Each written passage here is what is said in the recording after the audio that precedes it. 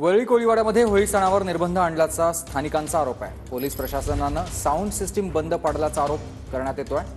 स्थानिकांनी केलेल्या आरोपांनंतर आदित्य ठाकरेंनी सरकारवर निशाणा लगावलाय। आमदार सचिन अहिर यांनी देखील सरकारवर टीका केलेली आहे। प्रशासनाने आणि भाजपच्या सरकारने इकडे आमचे अनेक होर्डिंग्स आणि भोंगे उतरवलेत।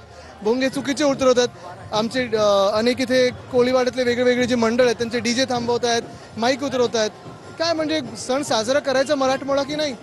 खरं तर हे आपल्या मतदारसंघापुरतं होतंय अशी पण काही असूही शकतं, कारण भाजपचे राजकारण ते सगळ्यात आणतात, सणांमध्ये पण आणतात। खरं तर रमजानचा महिना आहे आदित्यजी, इतर पण सण आहेत, इतर सणांवर निर्बंध नसतो, मात्र हिंदू सणावर निर्बंध आहे असं काही मराठमोळे सणांवर बघा, गणपती बाप्पाच्या पीओपीच्या याच्यावर मूर्तीवर ते कोळीवाड्यात बरोबर निर्बंध।